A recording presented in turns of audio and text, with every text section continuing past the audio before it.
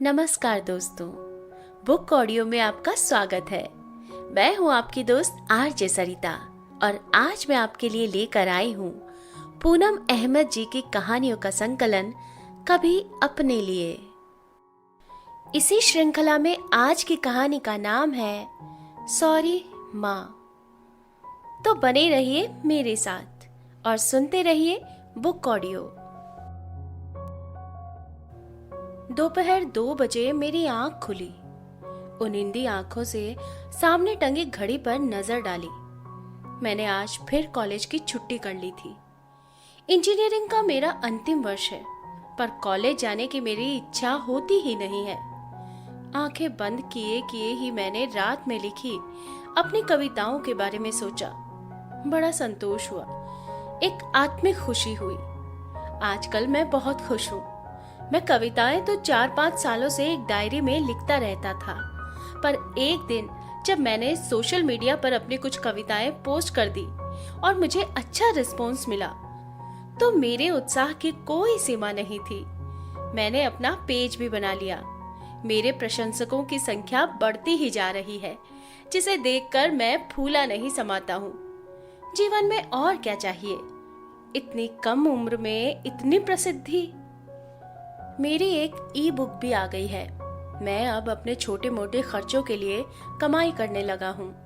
College की fees ही पापा देते हैं, बाकी तो मैं मैनेज करने लगा हूँ। माँ हैरान है मेरी प्रतिभा से। रोज जब वे उठती है, रात में लिखी मेरी कविता पढ़कर खुश हो जाती हैं। पापा इंजीनियरिंग पूरी करने के लिए बहुत दबाव डाल रहे हैं, पर मेरा मन तो अब कविताओं में ही रमता है।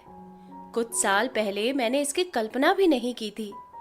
मुझसे 5 साल छोटा मेरा भाई आशीष जब कहता है कि अमन भैया, आपके पेज को कितने लाइक्स मिल चुके हैं ना, कितने फैंस हैं आपके, तो मैं गर्व से तन जाता हूँ। मैंने लेटे लेटे अपने फोन पर फेसबुक खोला। वाह, रात 3 बजे कविताएं पोस्ट करके सोया था। इतने लाइक्स और कमेंट्स, खुशी से भर उठा मैं। माँ को बताऊंगा, कितनी खुश होंगी वो। आजकल मैं माँ सीरीज पर कविताएं लिख रहा हूँ, बहुत पसंद की जा रही हैं। मैंने फिर टाइम देखा, अभी तो माँ लंच करके सो रही होंगी। मैंने लेटे लेटे ही अपना मेल चेक किया। ये क्या, माँ ने मुझे मेल लिखा है, इतना लंबा। अरे पर क्यों? दूसरे रूम में लेटी माँ को मुझे मेल भेजने की क्या जरूरत है? माँ भी ना आजकल बीमारी में लेटे लेटे बोर हो रही होंगी, कुछ भी लिख दिया होगा। पढ़ता हूँ।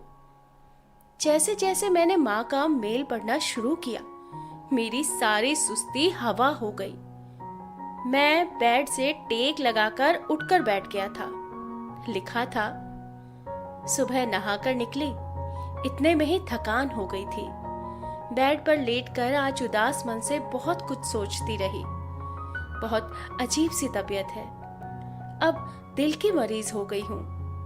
अब अपना ध्यान भी तो खुद ही रखना पड़ता है। 46 साल की उम्र में दिल धोखा दे जाएगा, ये कब सोचा था? मैं तो इतने फिट थी, अपने स्टेमिना पर खुद ही हैरान हो जाती थी।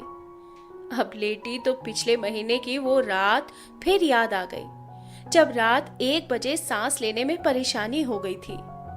एक चीख सी निकली थी, तो बराबर में सोए सुनील की भी आंख खुल गई थी। उस दिन मौत मुझे छूकर गुजर गई थी। महसूस किया था मैंने। सुनील और तुमने फौरन हॉस्पिटल पहुंचा दिया था। सांसें अभी लिखी थी तो बच गई हूं फिलहाल, पर कितने दिन पता नहीं। रिपोर्ट्स देखकर तो सभी हैरान ही रह गए थे ना। मेरा हार्ट सिर्फ 30% ही काम कर रहा है। ठीक है, अब जैसा किस्मत में होगा। तुम और आशीष मुझे रेस्ट करने के लिए कहते हो। डॉक्टर्स ने भी थका देने वाला काम करने से मना किया है। सब परिचित रिश्तेदार देखने आकर वापस जा चुके हैं। खाना बनाने के लिए अच्छी मेड मिली नहीं, बस साफ सफाई करने वाली रमाबाई से मिलकर काम चला रही हूँ। पर आज तुम्हें बताना चाहती हूँ कि इस गृहस्थी को संभालने में मैंने सालों लगा दिए हैं। पर आज मेरी जरूरत के समय मुझे तुम लोगों से जिस केयर और सहयोग की आशा थी, वो मैं तलाशती ही रह जाती हूँ। मैंने आज सुबह फेसबुक पर देखा तो तुम्हारी रात को लिखी हुई कविता दिखी। काफी लाइक्स और कमेंट्स थे। तुम रात भर जागकर कविताएं लिखते हो, दिन भर सोते हो। तुमने अपना अजीब सा रूटीन बना लिया है। बातें भी खूब बड़ी बड़ी करते हो। आज तुम्हारी माँ सीरीज की कविता मैंने भी पढ़ी तो मुझे मन ही मन व्यंग्यपूर्ण हंसी आ गई थी। माँ के त्याग ममता से भरी कविता, पर यथार्थ की दुनिया में तुम्हारे जीवन में तुम्हारे लफ्जों के मायने हैं।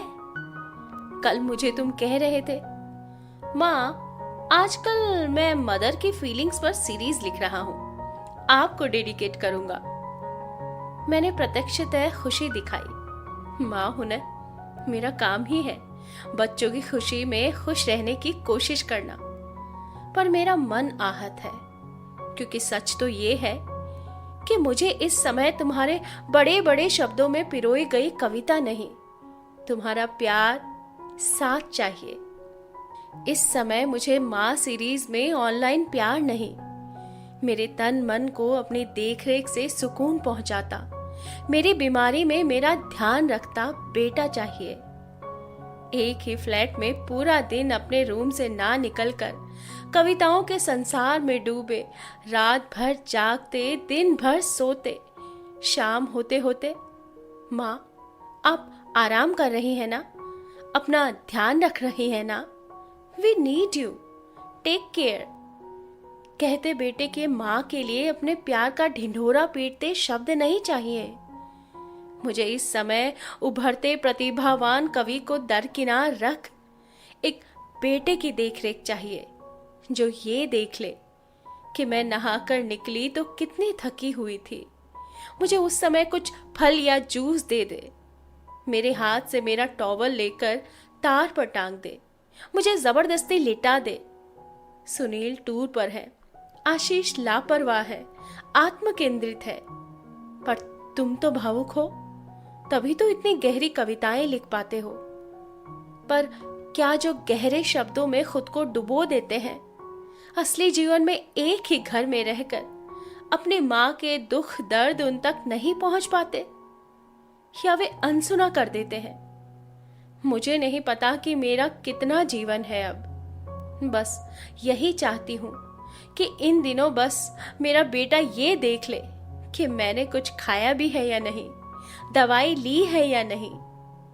कभी वो मुझे अपने हाथों से कोई फल काट कर दे दे, कभी मेरे पास यूं ही लेटा रहे, कभी अपने अनाड़ी हाथों से जबरदस्ती मुझे कुछ बनाकर खिलाए, कभी ये कह दे कि बस माँ आप आराम करो, जिससे आप जल्दी ठीक हो जाओ, काम तो हम दोनों भाई मिलकर कर लेंगे। पर तुम दोनों तो अक्सर सो रहे होते हो या लैपटॉप पर होते हो। डोरबेल होने पर भी मैं ही उठती हूँ।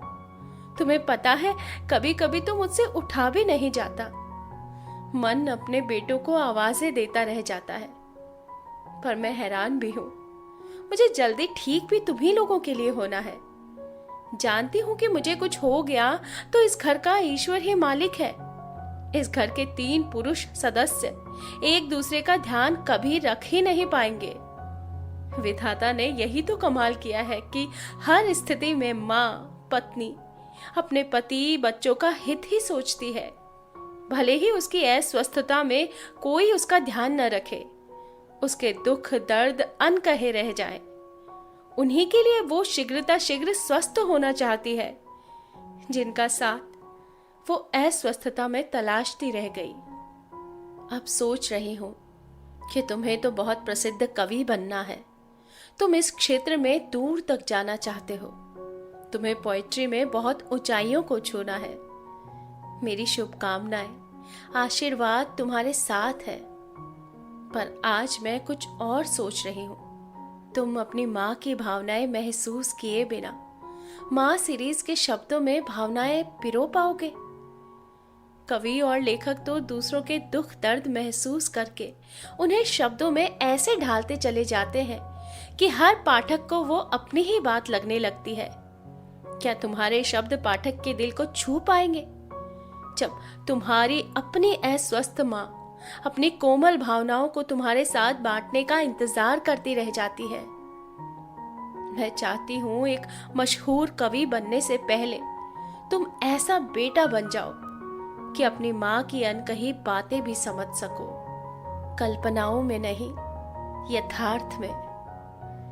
विधाता ने नारी मन जटिल तो बहुत बनाया है, पर इतना भी नहीं कि कोई बेटा चाहे तो इसे जान न पाए। तुम्हें आहत नहीं करना चाहती, पर अगर तुम्हें दूसरों के दिलों को, उनकी भावनाओं को छू जाने वाली रचनाएं लिखनी है तो पहले उन्हें महसूस करना होगा। तुम्हारी माँ पर लिखी कविताएं मेरे ही दिल को नहीं छू पाती। मैं उन्हें शब्द समझकर पढ़ती हूँ और भूल जाती हूँ। फिर किसी और को क्या छू पाएंगी? ऊंचाइयों को छूने के लिए अभी तुम्हें जमीन पर भी अपनी ठोस पकड़ बनानी है। शाब्दिक नहीं, यथार्थ की दुनिया महसूस करनी है। अपने आसपास की दुनिया के दुख दर्द महसूस करने हैं। ये जो इतने मशहूर सफल कवि, लेखक और शायर हुए हैं ना, वे अपने तो अपने, दूसरों के दुख दर्द में भी ऐसे डूब कर निकले हैं कि उनका एक एक लफ्ज पढ़ने वाले को झकझोर गया है। अमन, अपनी माँ की ही भावनाओं से अछूते रह जाओगे तो माँ सीरीज कितने आगे तक ले जा सकोगे? मैं भी तो तुम्हें सफलता के शिखर पर देखना चाहती हूँ। बस अब थक गई हूँ। तुम्हारी माँ। मेरी आंखों के सामने अचानक सब धुंधला हो गया। मेरे गालों पर गीलापन बढ़ता जा रहा था। मैं सर पकड़कर बैठ गया। माँ तो कोई कवि या लेखिका भी नहीं है, फिर भी उनका एक एक शब्द मुझे झंझोड़ गया। ये क्या हो गया मुझसे? उस रात डॉक्टर ने कितना साफ साफ कहा था, इन्हें लाने में कुछ सेकंड्स की भी देर हो जाती तो। ओह, डॉक्टर ने ये 3 महीने चिंताजनक बताए हैं। माँ बहुत बीमार है, पापा मीटिंग के लिए टूर पर है, आशीष तो मस्त मोला है, और मैं क्या करता हूँ उनके लिए? रातों को जाग कर माँ पर लंबी लंबी कविताएं लिखता हूँ, दिन भर सोता हूँ, शाम से रात तक इस फील्ड में आगे बढ़ने के लिए अपने नए कवि मित्रों के साथ किसी कैफे में बैठकर विचार गोष्ठी करता हूँ। रात को आता हूँ तो माँ जितना भी बना पाती है कभी खा लेता हूँ, कभी पसंद ना आने पर आशीष और मैं बाहर से कुछ ऑर्डर करके मंगा लेते हैं। माँ थकी सी वो खाना उठाकर फ्रिज में रख देती है और शायद अगले दिन वही खा लेती है। मैं शर्मिंदगी के अथाह सागर में डूबता जा रहा था। माँ को तो आराम करना है, पर कैसे करेंगी वे आराम? उनके हालचाल पूछकर कविताओं में डूब जाता हूँ। क्या कर रहा हूँ मैं? एक ही फ्लैट के दूसरे बेडरूम में लेटी अपनी अस्वस्थ माँ से इतना दूर हूं मैं कि आज उन्हें अपने मन की बातें शेयर करने के लिए मुझे मेल लिखना पड़ा है। छी, लानत है मुझ पर। मैंने बराबर में सोए आशीष पर नजर डाली। ये भी क्या सीखेगा मुझसे? सबसे दूर अपने रूम में अकेले जीना। मैंने धीरे से जाकर माँ के बेडरूम का दरवाजा खोलकर झांका। माँ सो रही थी। फिर पूरे घर पर नजर डाली। सब अस्त व्यस्त, हर कोना बिखरा हुआ। माँ को कैसे चैन आता होगा जब घर की ये हालत देखती होंगी। मेरी रुलाई फूट पड़ी। कितना दुख होता होगा उन्हें। 2 युवा बेटों के होते हुए भी उनका कोई साथ नहीं, कोई आराम नहीं। पता नहीं अपने लिए क्या बनाती है, क्या खाती है। आजकल कितना चुप रहने लगी है। मैंने फ्रिज खोलकर देखा, कोई फल नहीं है घर में। माँ को फल कितने पसंद है। वॉशिंग मशीन के पास कपड़ों का ढेर लगा है। 2 दिन पहले माँ ने ही मशीन चलाई थी। कपड़े सुखाने में हाँप गई थी। मुझे याद आया जब शाम को माँ थकी सी हाथ में कपड़े लेकर अचानक चेयर पर बैठ गई थी। मैं उस समय माँ पर ही तो कविता लिख रहा था। मैंने क्यों नहीं उनके हाथ से कपड़े लेकर उन्हें लिटा दिया। माँ के मेल का एक एक शब्द मेरे दिमाग में हथौड़े की तरह बज रहा था। फ्रेश होकर मैंने उनके लिए उनकी पसंद की अदरक वाली चाय बनाई। पहली बार इस बीमारी में उनके लिए कुछ किया। मन पता नहीं कैसा हो रहा था। मैंने एक ग्लास पानी, चाय, कुछ बिस्किट्स ट्रे में रखे और उनके रूम में पहुंचा। मेरी आहट से माँ ने आंखें खोल दी। माँ से नजरें मिली तो खुद को रोक नहीं पाया और ट्रे एक तरफ रख उनके पास लेटकर उनसे लिपट कर जोर से रो पड़ा। मेरा रोम रोम सॉरी कह रहा था। माँ तो माँ है ना, सब समझ गई थी। उन्होंने जैसे ही मेरा सर सहलाया, मैंने भी महसूस कर लिया कि माँ ने मुझे माफ कर दिया है। वे समझ गई है कि मैं अपनी गलती महसूस कर चुका हूं। उनके पास अपनी दुनिया में खोया आत्म केंद्रित कवि नहीं, उनका बेटा लेटा था। वे यही तो चाहती थी ना। बस इतनी सी बात मैं समझ नहीं पाया था। हम दोनों ने एक शब्द भी नहीं कहा था, पर दोनों एक दूसरे की भावनाएं महसूस कर रहे थे। इस मौन में बड़ा स्नेह था, शांति थी, ममता थी। मैं इस मौन से अभिभूत होता चला गया था। हम दोनों की ही आंखों से माँ बेटे के प्रेम की अविरल गंगा की गंगोत्री जैसे निशब्द बहती चली जा रही थी।